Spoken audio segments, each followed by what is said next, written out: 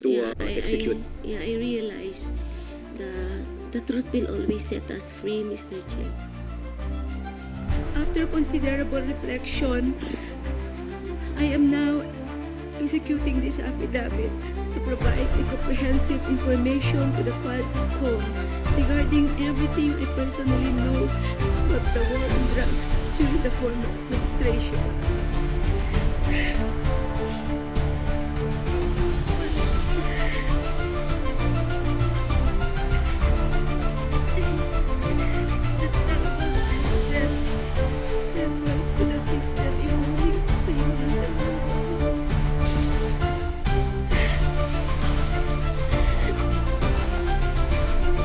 Kung titignan niyo po yung mukha niyo sa TV,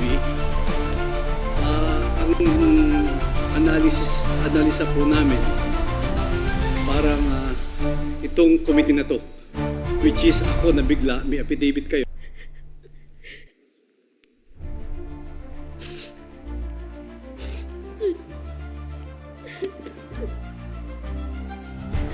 I am afraid of my life, Mr. Chair. And the life of my relatives and my friends and classmates.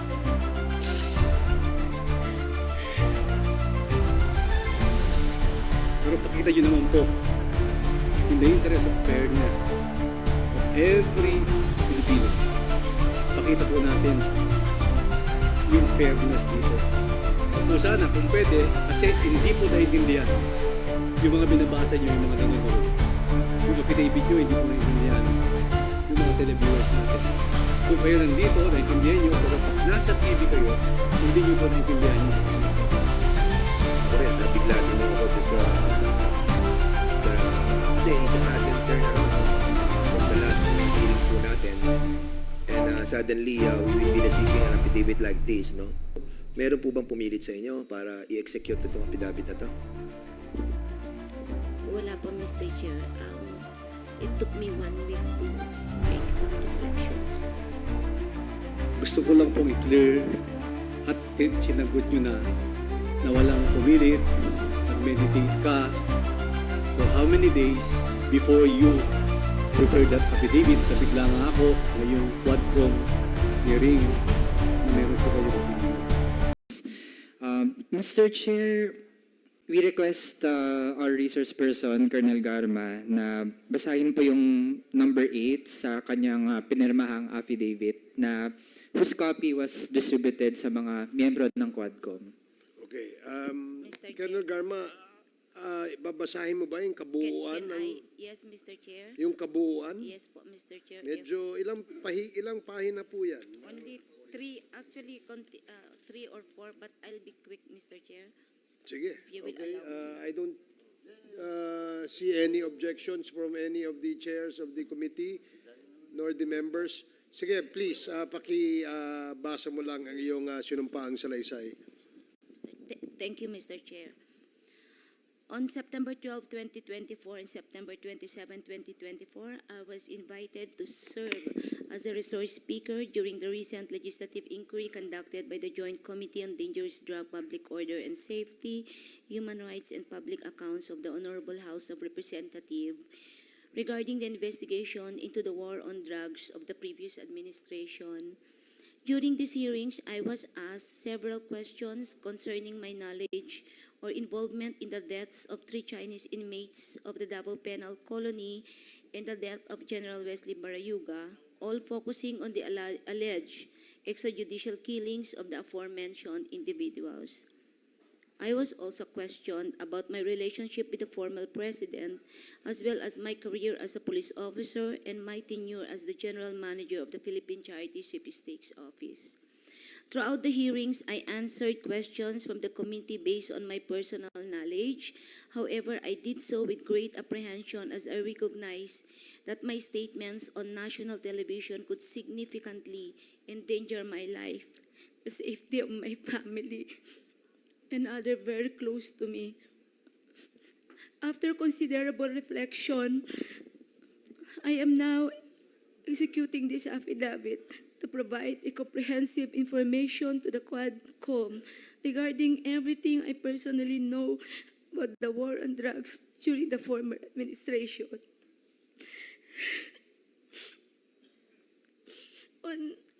On May 2026, I received a call from the President, Rodrigo Roa Duterte, at approximately 5 a.m., instructing me to meet him at his residence in Doña Luisa, Davao City. I was already acquainted with the mayor, having served as the station commander in one of the police stations in Davao City during his tenure. During our meeting, he requested that I will locate a PNP officer or operative who is a member of the Iglesia ni Cristo, indicating that he needed someone capable of implementing the war on drugs on a national level, replicating the Davao model.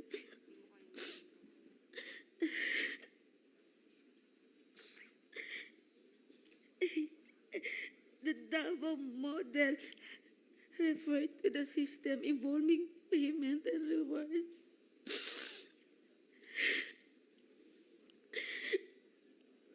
The Davao model involves 3 levels of payment of rewards. First is the reward if the suspect is killed. Second, if is the funding of planned operations. And the third is the refund of operational expenses. Colonel Garma, can you speak louder? I'm sorry, speak closer to the microphone.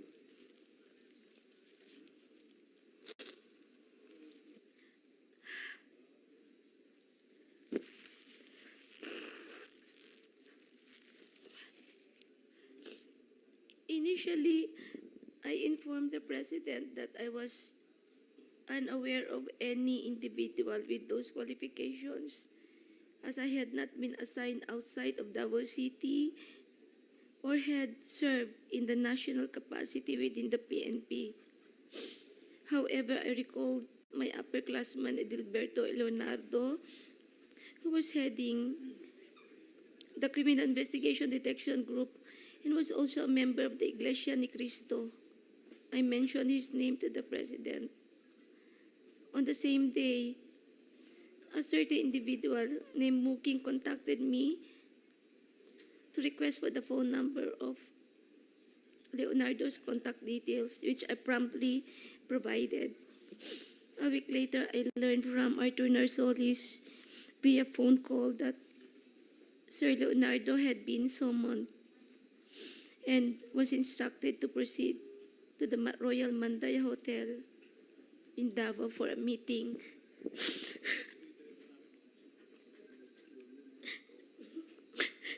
Leonardo informed me later that he stayed at the hotel for almost 3 days, during which the President directed him to organize, according to Sir Leonardo, a task force, which he understood as PAOK-TF.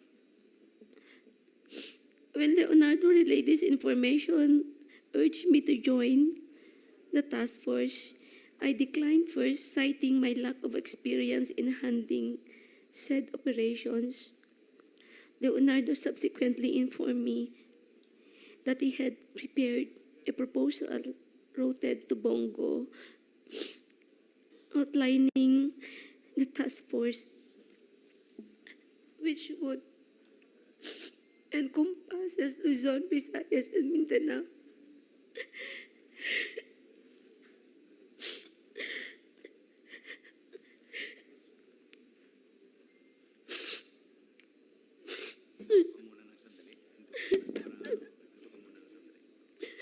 I am afraid of my life, Mr. Chair,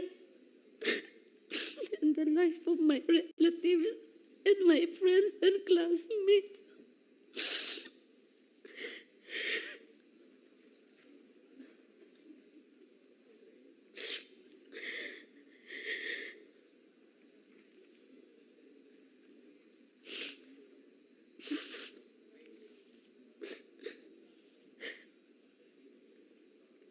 Leonardo subsequently informed me that he had prepared a proposal routed to Bongo confirming the task force operation which would encompasses Luzon, Visayas, Mindanao.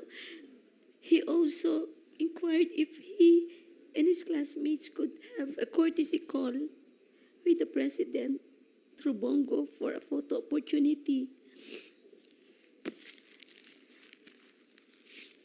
Considering this, I thought it prudent to invite also my classmates to join the courtesy call. So in the presence of Colonel Bacay, Vilela, Grijaldo, Tuzon, and Dueñas, the member of class 97 and 96 were accommodated in separate rooms at the DPWH office in Panacan, Davao City. The president did not enter our room, and I was unaware if he visited the room of class 96. After the courtesy call, Leonardo informed me that the structure of the mentioned task force would undergo changes. In June of 2016, Leonardo has transferred from Manila to assume the position of the chief of the CIDG Region 11. During the initial 3 months of the assignment, I facilitated all meetings between Leonardo and Bongo at Leonardo's request. Subsequently, they established direct communication.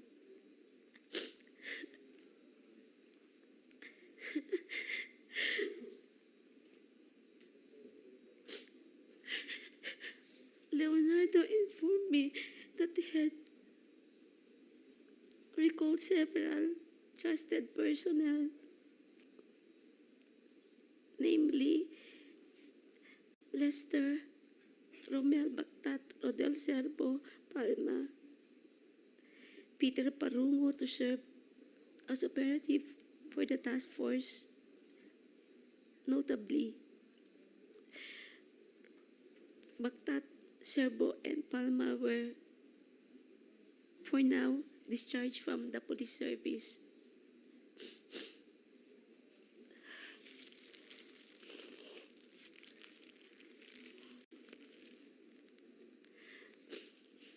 Romel Bactat, Serbo, Palma were all former police officers stationed at the CIDG 11 office. They were discharged from the service on or about a year ago due to an operation that led to the killing of one individual. Lester Berganyo is a provide citizen, while Peter Parunga was a former detainee of CIDG due to a charge of rape that has been cleared.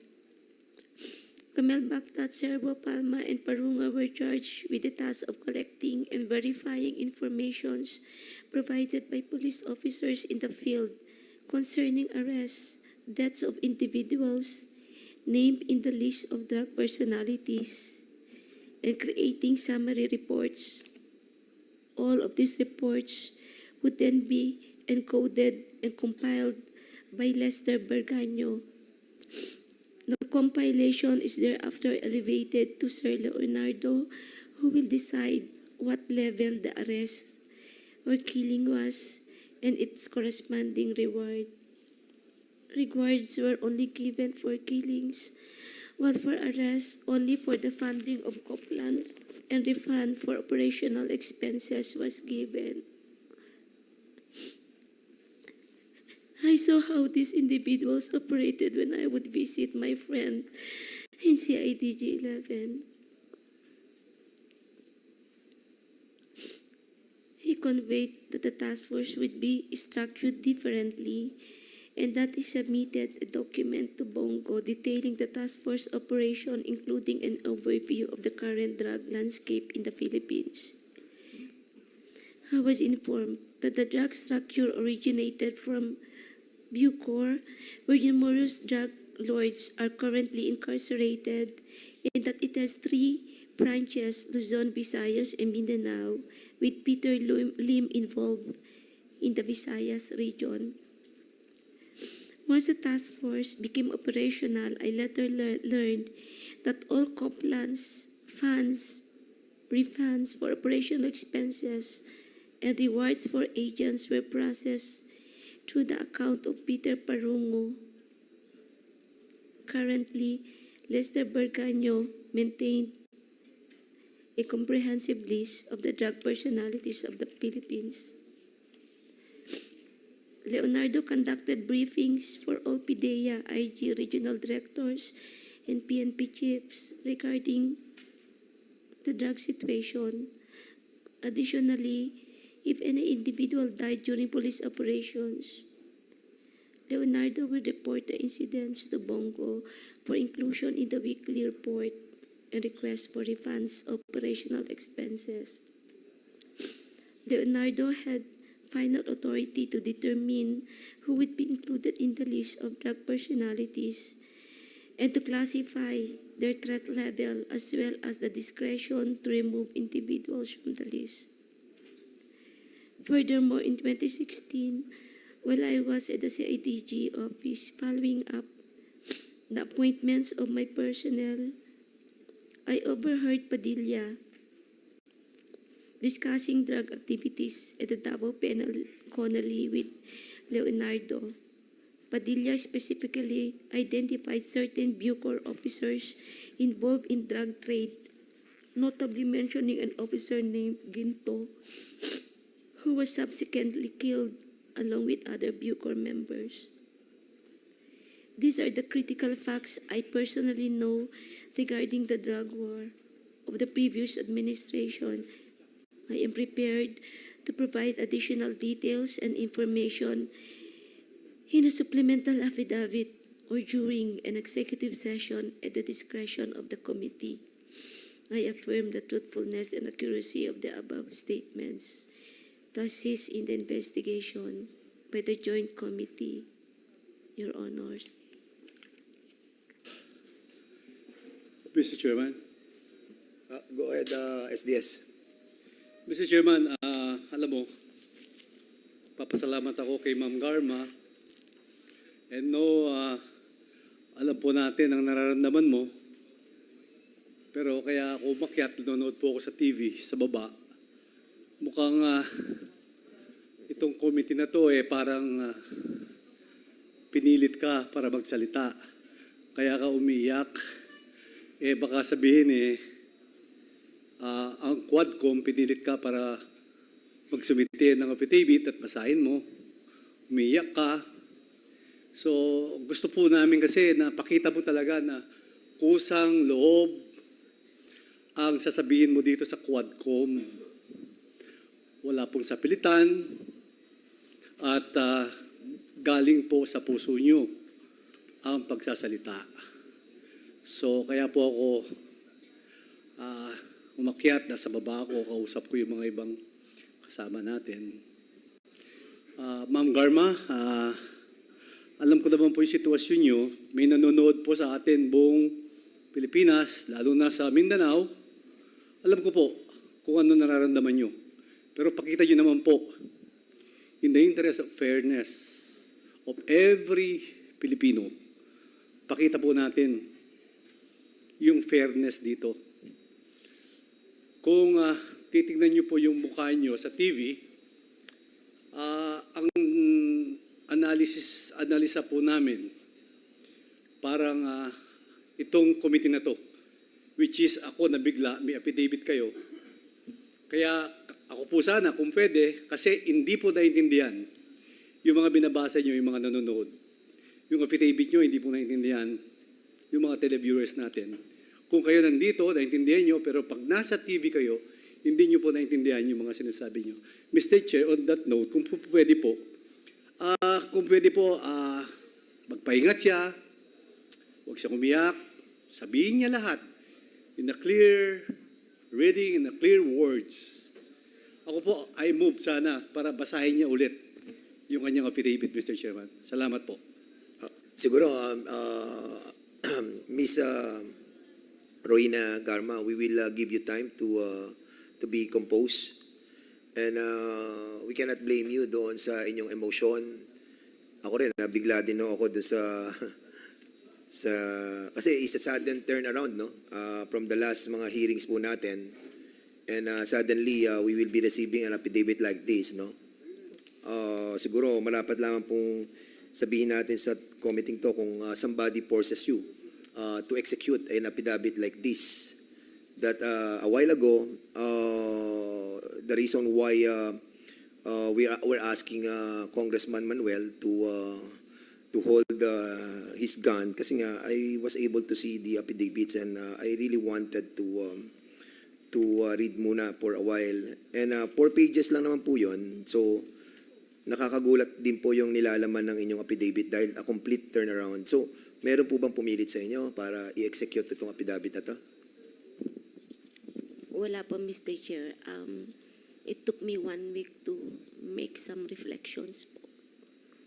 And what And, pushes you to execute? I realize the truth will always set us free, Mr. Chair. And at least I will be able to contribute if we really want to make this country a better place to live and for our children. I think we have to do something para maibalik po yung trust sa PNP, magkaroon po ng reform sa PNP, and yung tiwala po ng mga tao, whether victims of criminals sa gobyerno. Kanina po may Yun sinasabi kayo na natatakot kayo sa buhay nyo at sa pamilya nyo. Saan po kayo natatakot? Of course po, it's normal, Mr. Chair, when you speak the truth, you cannot please everyone. And it's normal to anybody to have that mixed emotion. But still, it took me 1 week to make reflections. And I realized I need to do my part po. Dahil po ba sa relasyon nyo sa nakaraang administrasyon kay former president? Kaya po ang damdamin nyo po ay mixed emotion? Normal lang naman bilang tao po, Mr. Chair. Pero what prevailed after a week of reflection is, I always say, the truth will always set me free. I want a better place, a better PNP, Mr. Chair. Yes, Mr. Chairman, Ma'am Garma, we are all on the same page. Kaya ginagawa po natin to para sa taong bayan, maayos, yung PNP, mawala, ang extrajudicial killing, yung drugs. Kaya nandito po tayo. Yung sinasabi niyo po, we are totally agree on that. Kaya gusto ko lang pong i-clear at sinagot nyo na walang pumilit, nag-meditate ka for how many days before you prepared that affidavit, na bigla nga ako ngayong Quadcom hearing na meron po kayong affidavit. So on that note, Ma'am Garma, pag-compose na po kayo, ayos na po kayo, pwede niyo po ulit basahin ang inyong affidavit. Salamat po, Mr. Chairman. Okay. SDS, are we going to ask Ms. Garma to read again Please, Mr. Chairman. yung kanyang affidavit, no? We hope, kasi kanina medyo hindi ko rin po naiintindihan, no? Luckily, I was able to read na yung ating pong affidavit. So, siguro kung compose na po kayo, para po maintindihan, kasi napaka-importante po nito, no? Nung binabasa ko din po, medyo na-shock din po ako. So,